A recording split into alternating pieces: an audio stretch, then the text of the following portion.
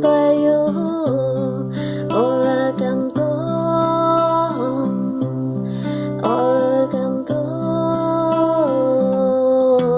Before me kumetuhom, kawot afanibyugem.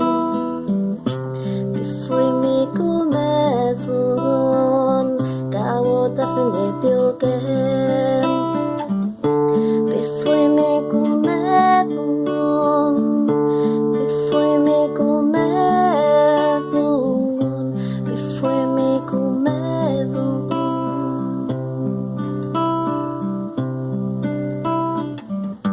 Ruftawan through inte papilam kintayo. Ruftawan through inte papilam paumayo.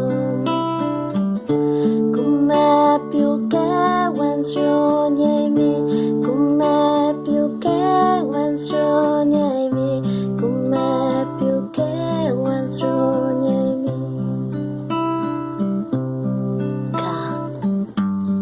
Welcome doon, inja welcome tayo.